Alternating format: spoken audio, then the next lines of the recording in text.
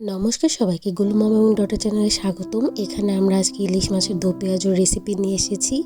এখানে বড় বড় কিছু ইলিশ মাছ এনেছিল, ওগুলোকে ভালো মতো ডিফ্রস্ট করে তারপরে কেটে বেছে ধুয়ে নিয়েছি।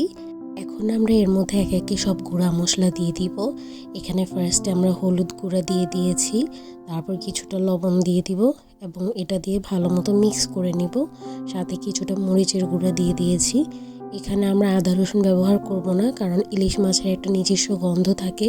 আদা রসুনটা ইউজ করলে ইলিশ মাছের গন্ধটা চলে যায়, যেটা কিনা পরে খেতে ভালো লাগে না। তাই আমরা এখানে কোনো আদা রসুন ইউজ করিনি। ভালো মতো মাখিয়ে নিব যেন ইলিশ মাছের ভিতরে মশলাগুলো ভালো মতো ঢুকে যায়। এবার আমরা একটি কড়াই নিয়ে নিব। কড়াইয়ের মধ্যে কিছুটা তেল দিয়ে কিছুক্ষণ ভালো মতো গরম হওয়ার জন্য রেখে দেব। তারপর একটা একটা করে মাছ দিয়ে ভালো মতো উল্টে পাল্টে ভেজে নিতে হবে।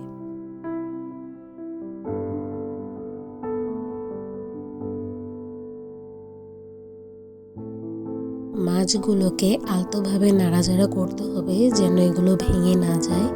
লাল লাল করে ভেজে তারপর মাছগুলোকে উঠিয়ে একটা সাইডে রেখে দেব।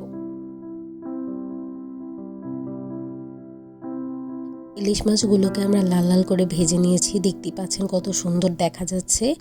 এবার আমরা ইলিশ মাছের যে বাকি তেলটা ছিল এটার সাথে আর অল্প একটু তেল নিয়ে নিয়েছি। তারপর এখানে 1 কাপ এবং আরও হাফ কাপের মতো পেঁয়াজ আমরা অ্যাড করে দিয়েছি। সাথে কাঁচামরিচ কুচোনো ছিল, এটাকে ভালো মতো অ্যাড করে দিয়েছি। এবার কিছুক্ষণ আমরা নেড়ে চেড়ে ভালো মতো ভেজে নেব এই পেঁয়াজগুলোকে।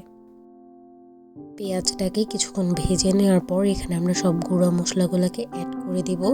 এখানে আমরা 1 চা চামচ হলুদের গুঁড়া অ্যাড করে দিয়েছি, 1 চা চামচ মরিচের গুঁড়া অ্যাড করে দিয়েছি, 1 চা চামচ আদা রসুন বাটা অ্যাড করে দিয়েছি এবং স্বাদ মতো কিছুটা লবণ অ্যাড করে দিয়েছি।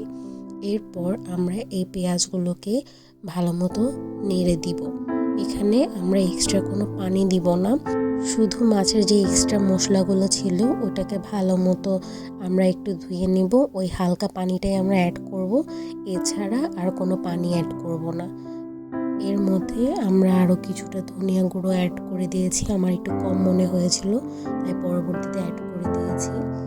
ভালো মতো কিছুক্ষণ এই পেঁয়াজটাকে ভেজে নেব।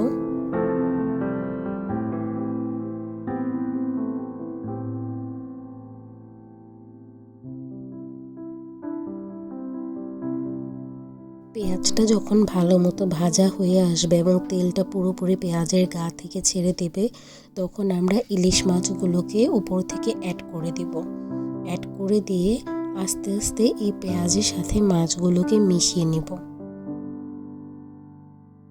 মাছগুলোকে এইভাবে মেশাতে হবে যেন এগুলো ভেঙে না যায়। ব্যাস, আমাদের দো পেঁয়াজু রেডি। এটাকে আপনারা সাদা ভাতের সাথে সার্ভ করতে পারেন কিংবা পোলাওয়ের সাথে সার্ভ করতে পারেন।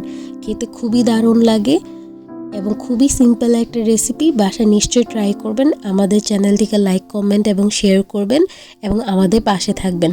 Bye bye.